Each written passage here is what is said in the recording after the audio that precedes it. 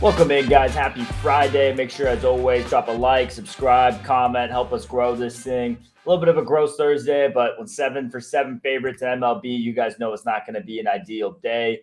Interesting game one in the finals. Nuggets get it done. They cover the spread. We'll talk about it all. John, obviously not an ideal Thursday, but favorite 7 for 7. What are we going to do about it? Yeah, just needed them to go 6-1 instead of 7-0. Guardians was a tough beat. 6-3 lead in the eighth. Hey, this is what happens. Some days you're the fly, some days you're the windshield. Yesterday we were the fly. Wednesday we were the windshield. 0-3 after a 4-0 day. We don't hide it. Just how it is. Love today's card. I've already made 4 bets. I got a few other leans. I'm sure you guys, if you've been following the show, you should know by now who our games are. A lot of lovely home dogs I'm looking at. We'll break it down soon. Let's talk a little about that basketball game, and I'll give you the reasons why although we talk Denver, just couldn't make that bet because that 8.5, 9, that's a big number in an NBA game. Denver led from start to finish. I mean, handled the Heat as good as you could handle them. Triple-double for Joker. Murray plays great. Butler plays terrible. Martin, who was a star in the Celtics series, doesn't show up. Struss, 0 for 10, 0 for 9 on three-pointers. All that being said, Heat cut it back to 9 with 2.5 minutes left in the game. That was anybody's game at that point. Denver does enough to cover. And that's also the trends. They've won and covered. Now it's 10 of 11. But game was right there. With all those factors, Heat still stuck around, still fought it out till the end. Like I said, down 9 with 2.5 left to go. And that's why to lay an 8.5, 9, you got to think it's a burial. And we thought it was a burial. Problem is in game one. You don't want to give that team, you don't want to really crush them just for that bounce back, for that revenge motive.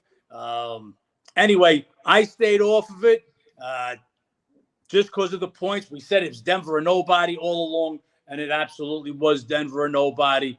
They're going to be tough to beat. The more you watch the game, just the matchups on the switches.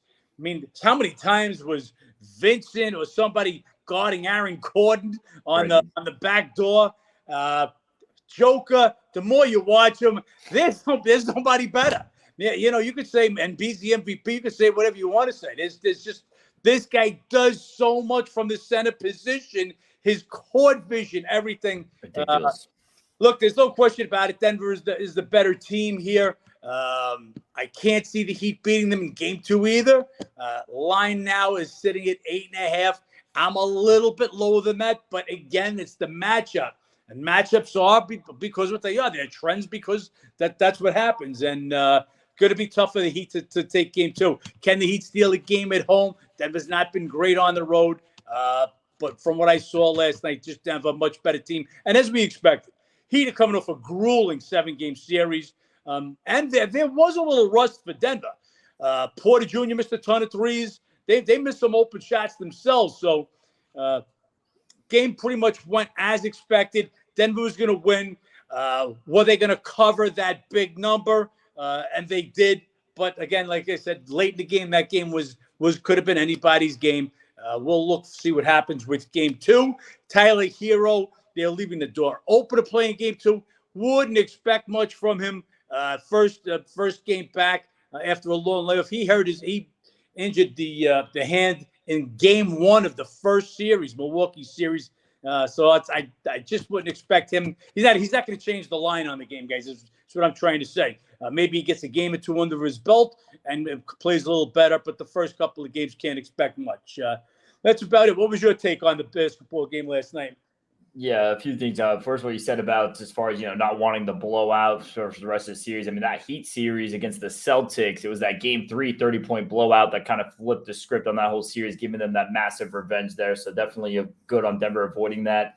But yeah, Heat could have played a lot better, but so could have Denver, like you mentioned. I mean, the Nuggets played well, but I don't want to say they weren't trying. Obviously, it was a finals game, but they just kind of had a nonchalant. That game was a little too easy start to finish for them. A little bit of that game 7 hangover. A little bit in that to start that fourth quarter. It's just natural. It's just what they did. It microcosm their end of the season. First 3 quarters of the season, they were the best team in the West. Then they pulled back a little bit. I think they lose 5 of their last 7, maybe 7 and 10 their last 17. They pretty much were going to be that number 1 seed. So what you saw last night, microcosm of their season. Didn't want to interrupt you, Ben. Go ahead, but I just wanted to throw that in. Yeah. So I think there's just a lot of room for them to improve as well based off of that game 1. And I don't see Miami stealing game 2. I would still lean to the Nuggets covering that 8.5 number in game 2. I think that they have more to put on. I think those role players have more to step up.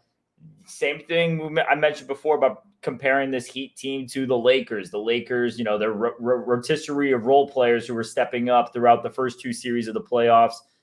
Didn't really see that as much against Denver. And then game 1 against Denver, the Heat, who have had their rotisserie of role players stepping up throughout the playoffs, they kind of all didn't get it going. And then Jimmy Butler obviously is the icing on the cake and not going to get it done that way. So going to be interesting to see if those role players can step up in this series. It's just different. I mean, playing defense against such a dynamic 1-2 punch with Murray and Jokic, it really takes a 5-man defense. It takes away from you on the defensive end. You add in the altitude. Those open threes suddenly aren't so easily. You're gassed from chasing Jokic all the time. You're gassed once you get to that other side of the floor. So for those rotationary guys, step up, hit the open shots. It's going to be interesting to see if they can make the adjustments. But game 2 is still going to be a lean to Denver. But actually, that's the game's not till Sunday, so we won't be here to talk about it. But it's Denver or nothing for me there. He's going to need playoff Jimmy, not the Jimmy that showed up last night. 6 for 14. 13 points and a team worst minus 17 while he was on the court. And that's just not going to get it done. Bam, great game for Bam, especially offensively for him. 13 and 25, 13 boards, especially you got Joker on you. But he can't hold Joker. Nobody can Joker. Like I said, another triple-double. Guys averaging a triple-double in the playoffs so far. Like I said, if the Heat, their only shot is getting one of those playoff Jimmy games.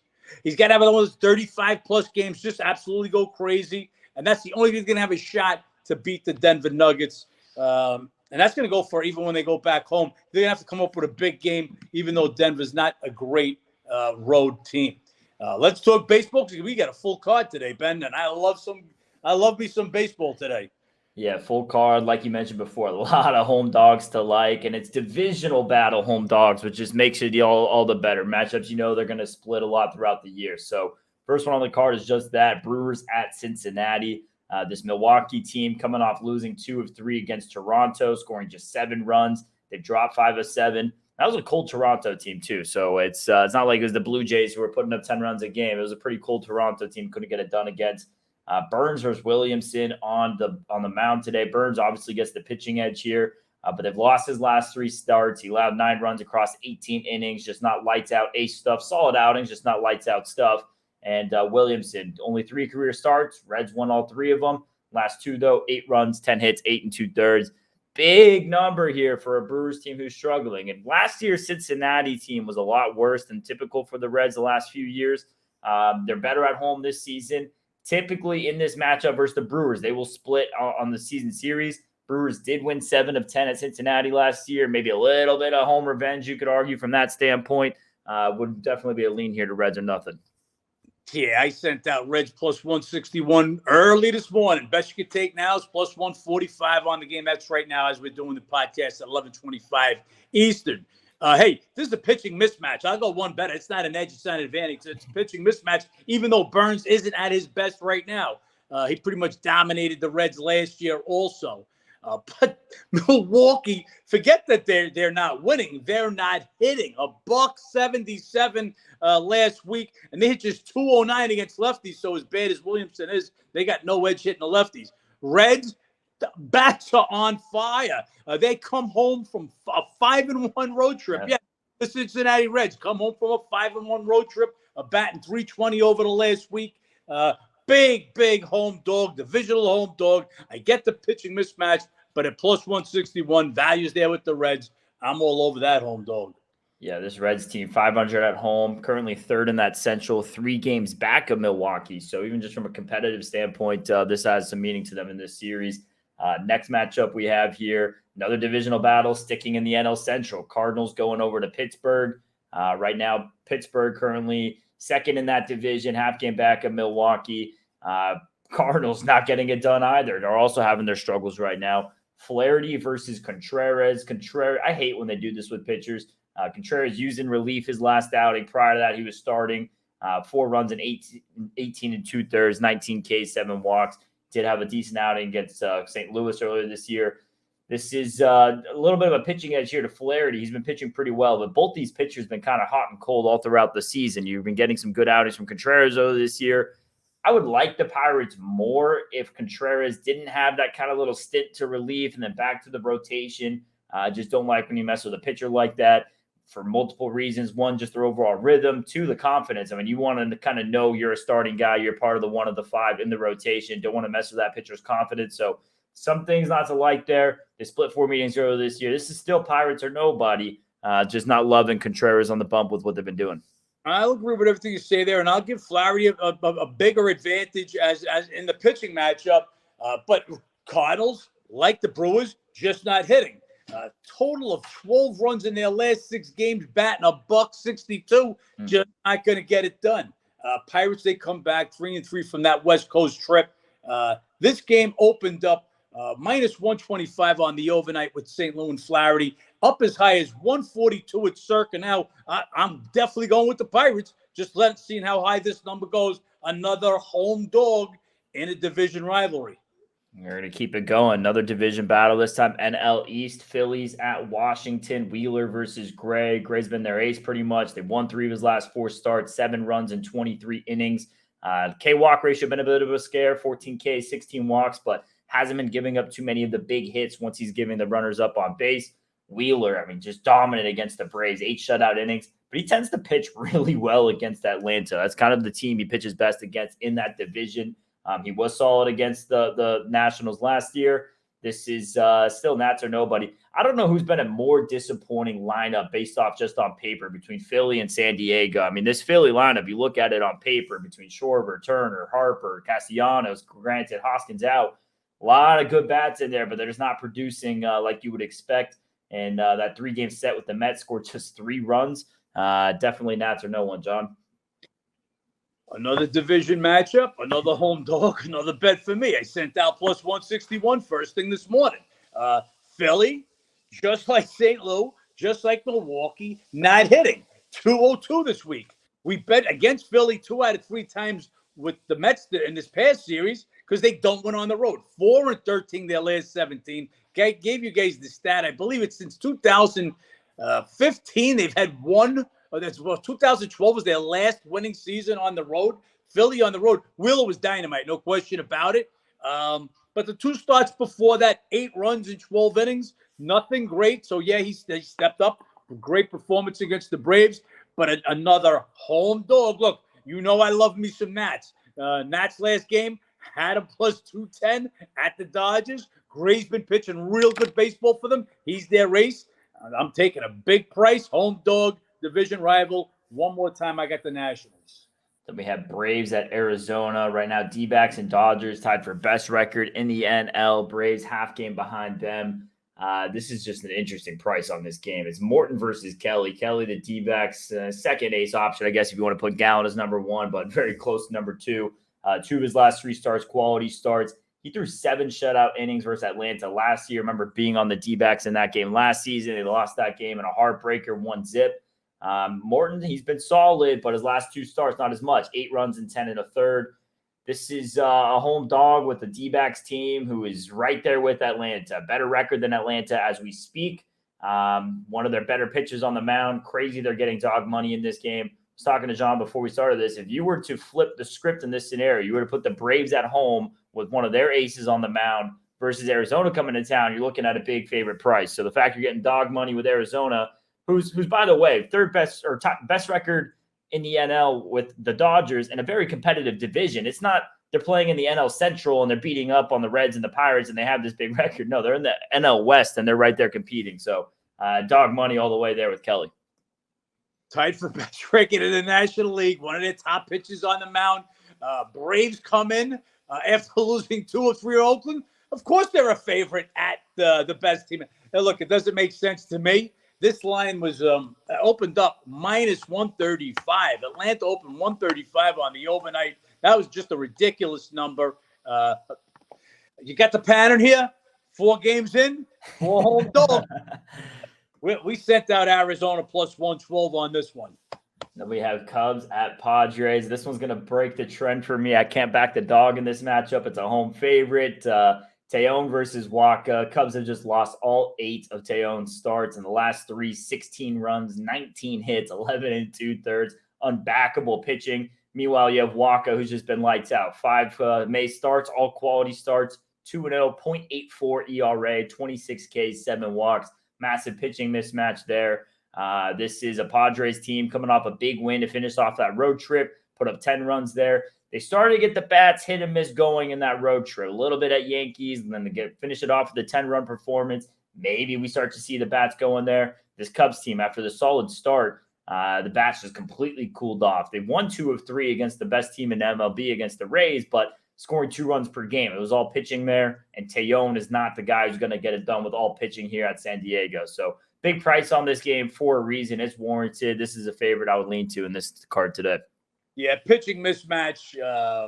Cubs 1-7 their last 8 on the road. Only thing the Cubs got going for them is San Diego doing the coast-to-coast flight after yesterday's game. Cubbies were off the day after taking 2 of 3 from the Rays.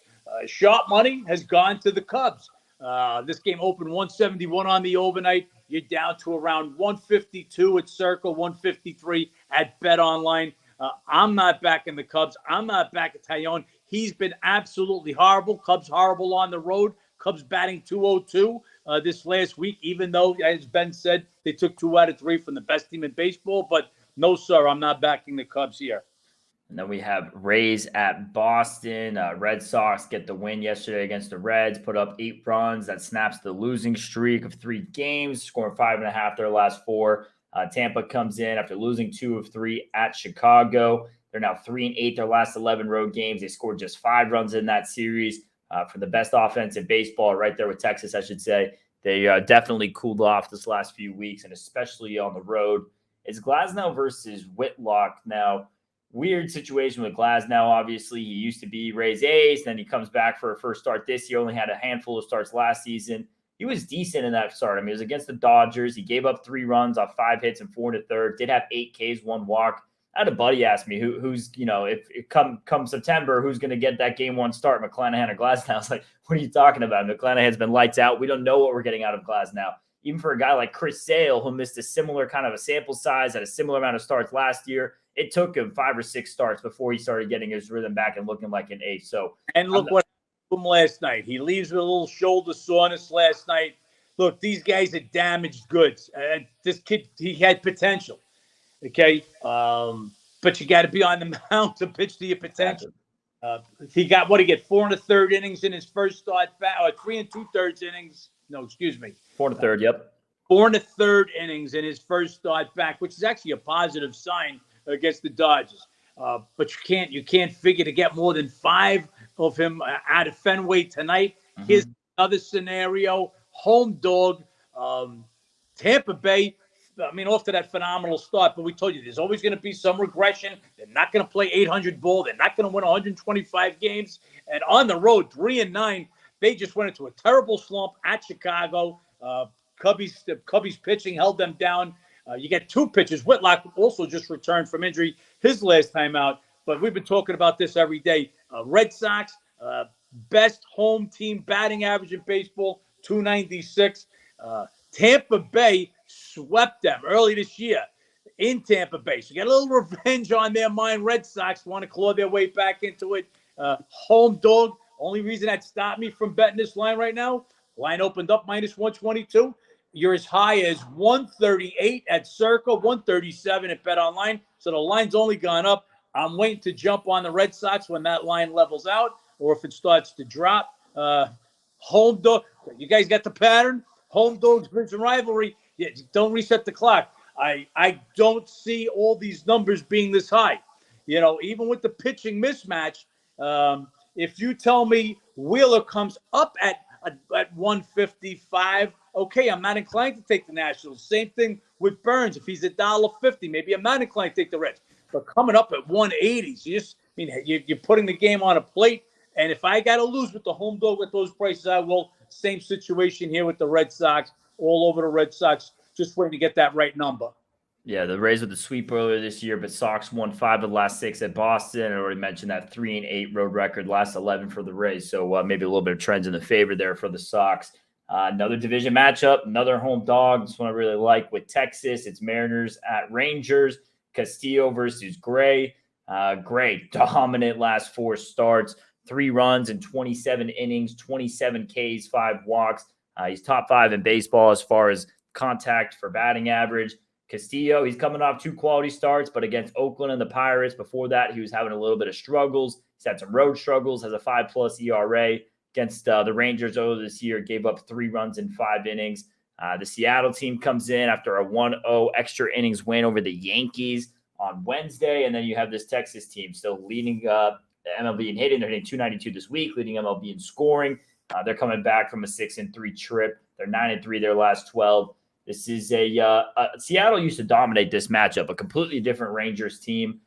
Seattle did win 7 of 10 at Texas last season. I think this is a completely different situation. Rangers hit lefties. They hit everybody. They're scoring against everyone. You can argue that pitching edge definitely to Castillo if you want to call him the ace. But, I mean, the way Gray's been throwing, it's not too drastic of a pitching edge to Castillo. Got to be Texas or nobody in this one. Got to be Texas or nobody. This game opened up last night as Castillo, a 115 favorite. You're looking at basically a pick-em game right now. The game went down by a penny here, penny there. We didn't jump right on it. Thought this game might go a little bit back up with Seattle. It hasn't. But it's Texas or no one in this one. Just haven't made a bet on it yet. Another division matchup. Now we have Angels at Astros. Always kind of 2 ways to look at this. Ohtani versus Valdez. So you're getting some dog money there with Ohtani. It's obviously always appealing with that. 3 of his last 4 starts were quality starts. He had a decent outing against the Astros earlier this year. I mean, it was a quality start, 3 runs in 7 innings. But I'm saying decent because he was absolutely lights out against them last year. 3-1, 1.21 in 5 starts. And then you have Valdez, Mr. Consistent, was supposed to pitch yesterday, late scratch. He's on the bump today. 9 of his last 10 starts, quality starts. You know what you're going to get. 2 ways to look at that. You're getting the Houston Astros, who have won 7 of 10 in Houston versus the Angels. They've won, 4 or 5 meetings this season. You're getting them at a cheap price with their ace on the mound, or you're getting the Angels and Ohtani at plus money. Would be a slight lean here to the Angels with Ohtani on the mound. Really just those matchup trends and the matchup history there with the Astros that makes the lean there. But honestly, you could argue either side of that game with the way that matchup history goes. Just to back us up yesterday, as Ben said, Valdez was scratched yesterday. So if you're watching, this is why we're not counting the Angels as a losing bet. We bet listed pitches, money line, every bet. Don't bet the run line. So Valdez being your listed pitcher till he was scratched nullifies our bet. Nobody tries to pull any fast one. I've already had DMs. Yeah, you said you had this. Yes, we had the Angels. The listed pitches would have been against Valdez. He didn't pitch. That's a no bet. Okay, so now he goes today. 2 great outings again, his last 2 starts, both against the A's. But he's been good all year. Look, he's going back to last year. He goes on the mound. 90-something%, he's going to give you a quality start. Yeah. What he does. Angels, Ohtani on the mound. Last start, very good. But they Houston just has their number. I think the number's right where it belongs. I don't see an edge either one. So we'll stay off this game. We'll pass this one by. A lot of other games that we're involved in today. A lot of other games. We have another division matchup with the Tigers and the White Sox. I believe we're still waiting for a pitcher in the box there, John, on Chicago. Still White Sox are undecided, so I've got no pitcher, and I've got really nothing to say about this one until we get one. We've got Olsen in the box for Detroit. He'll be making his debut. Like I said, all depends on who the White Sox put in, and we'll take a look at it then.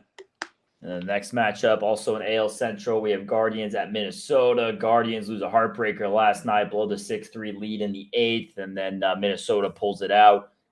Guardians had won 11 of 13 prior meetings going into that matchup. Now, Twins, I believe it's 4.5 up on Cleveland. Savall, he's going to be making a return now for the Guardians. So he made 2 starts versus Seattle back in April, 4 runs in 12 2/3. Since then, he had the oblique injury, and then he had his couple of outings. Last 2 rehab starts, 6 runs in 8 innings. So a little bit concerning there, not jumping to back that. And then as far as Aubert, he's been pretty solid. He dropped his last 2 starts as he gave up 6 runs in 10 innings. Prior to that, 3 straight quality starts. Faced Guardians 7 shutout innings back earlier in May. This is a tough game to get a read on, obviously. You can't back a guy like Savall coming off of the rehab starts, especially when those numbers are that poor. Wanted to be back on the Guardians today, but can't do it with him on the mound. Yeah, just what Ben said. I hate to get guys first time back, especially if they're not impressive in their rehab starts, and he certainly wasn't impressive. Ober has been real nice. The biggest question here is a ton of injuries. First of all, Naylor, who leads the Guardians in home runs and RBIs, he was a late scratch yesterday. He's going to be questionable. The Twins were falling like birds out of a tree. Buxton, Correa, Kepler all left yesterday's game. All 3 are questionable to doubtful. So we'll see what's happening with the injuries there. As far as right now, my line on this game would be $1.30 if everybody's playing. The line right now is about 125. The consensus line's about 125. So I'm a little high. But again, I'm expecting some of those Twins to be out. You'll take that out. Then it all depends on if Naylor's in. Just don't want to back the Guardians in this spot. They had their shot last night. That was a huge game for them. We had they had won 11 of the 13 meetings, 5 of the last 6 in Minnesota. Twins lead the division. That was just a big game for them to get back in. Now, the best you could do is come back and win 2 to hopefully pick up a game. They let that game slip away 6-3. Big game for us.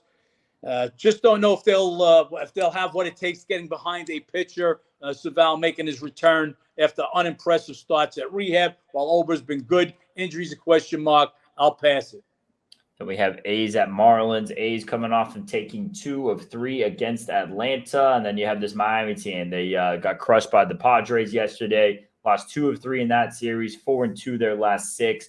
Fujinama is going to be the opener. He was, in the rotation earlier this season, absolutely horrendous. They put him in the bullpen, been a bit better, but still not great. And then it's Harris to follow. He was using long relief against Houston. He threw 5 shutout innings, allowing 1 hit then. So we'll see what he brings today. And then Cabrera, they've won 3 of his last 4 starts. Not the best numbers, 5.40 ERA.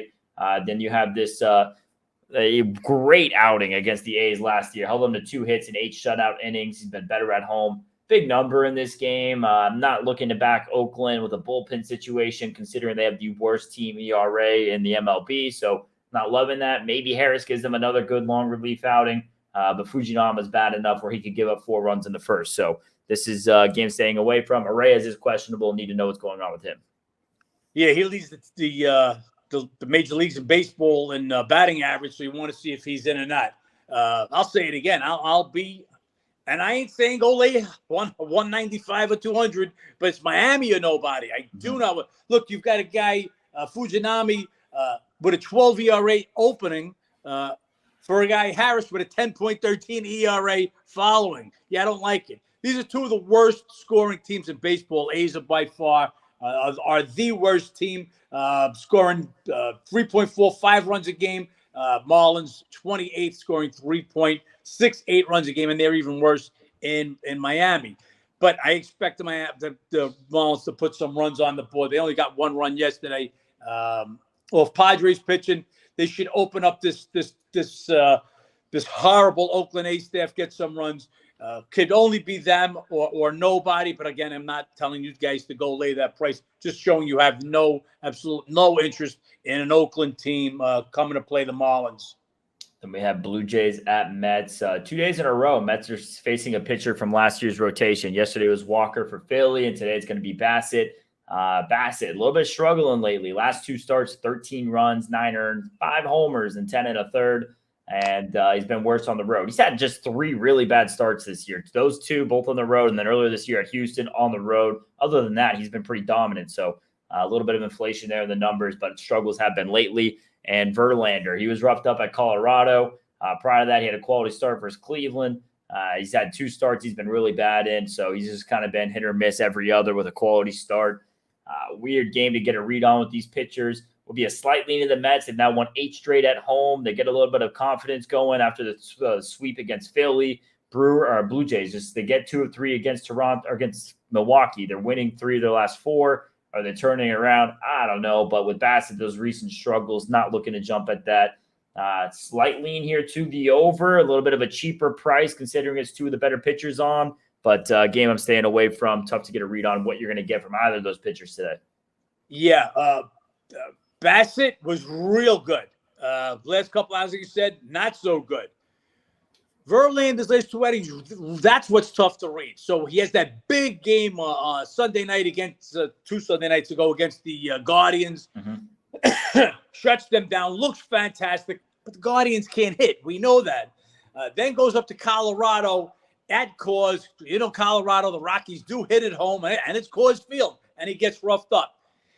So he's not either one of those pitches, but he's somewhere in the middle. We'll see who he is tonight against Toronto. Toronto taking 2 out of 3 from Milwaukee. Before that, hadn't been playing good baseball. Mets now have strung together 8 straight home wins.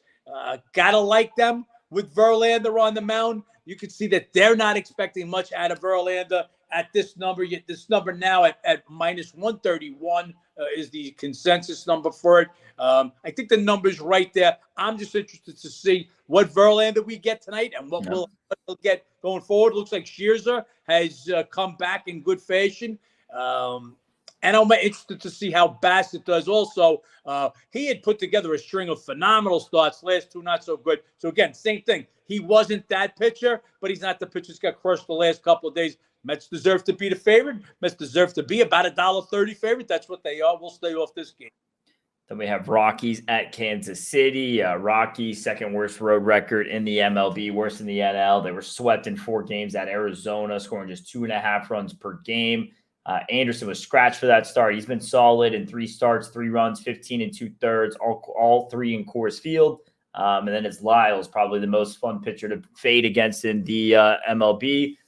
Royals lost all 11 of his starts in May. 5 starts. He had an 8.89 ERA with giving up 7 home runs. So pitching edge goes to Anderson. Not loving backing with the Rockies on the road, but you're getting plus money against Lyles. That's how I'm looking at this. I don't care who you put in front of them. I'll take plus money in front of Lyles all day long. So this game's Rockies to me. These are 2 terrible teams. Kansas City is the second worst team in baseball. Only Oakland A's are worse. Colorado's the worst team in the National League, especially on the road. So, yeah, I'll give Anderson the pitching advantage just because what he's done so far. But, again, we talked about Verlander not being either guy. He's not the guy that's pitched to a 1.23 ERA either. Right.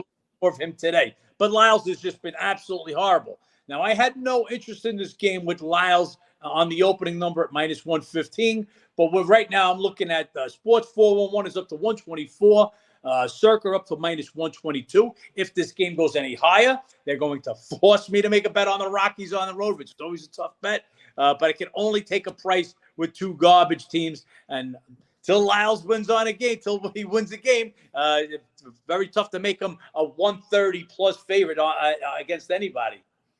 And then we have Yankees at Dodgers. Fun matchup as always. Yankees lose 1-0 at Seattle in that weird game. They had scored 10 runs in their 3 prior games, and then they get blanked in an extra inning game on that Wednesday night. Meanwhile, Dodgers coming off that loss against Washington at the end of that series, one of the winners from that 4-0 Wednesday.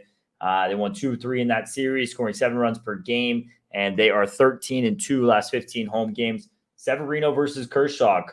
Severino 2 starts back.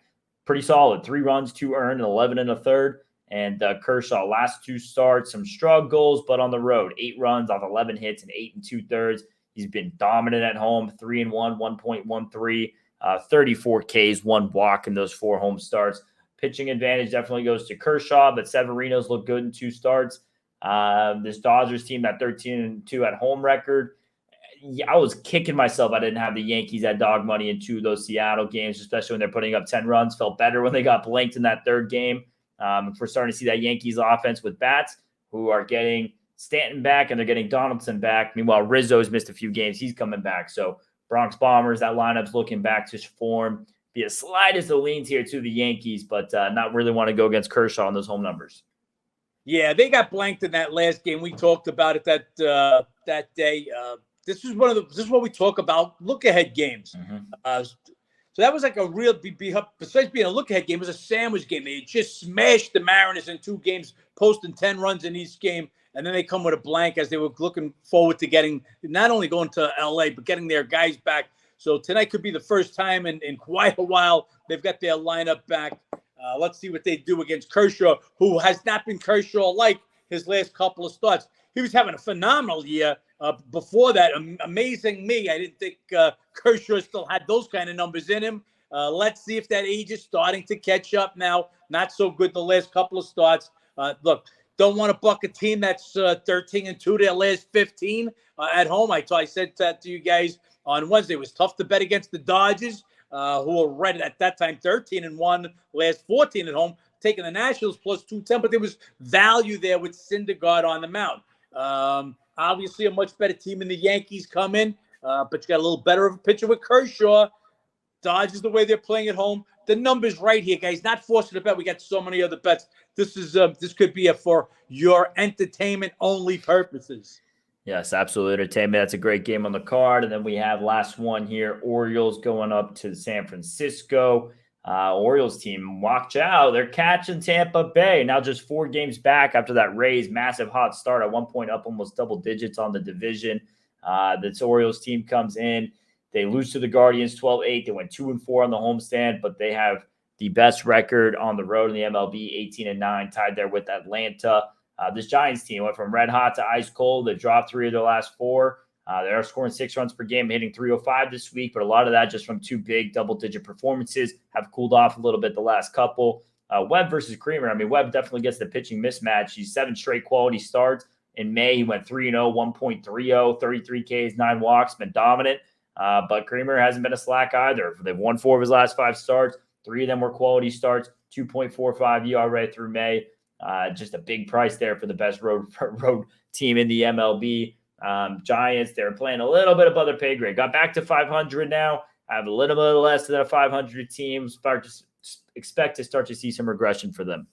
Yeah. I usually stay out of the way of a buzzsaw. That's what Webb is right now. He's just pitching video game numbers, and you hate to go into that. But Creamer's been pitching real well for the Orioles. What's he got? 3-1, 2.45 ERA in 5 May starts, 3 quality starts. And as Ben mentioned, Braves, Orioles tied with the Braves for best road record. San Fran's just getting beat up. Estrada, their leading hitter, he's on the IL.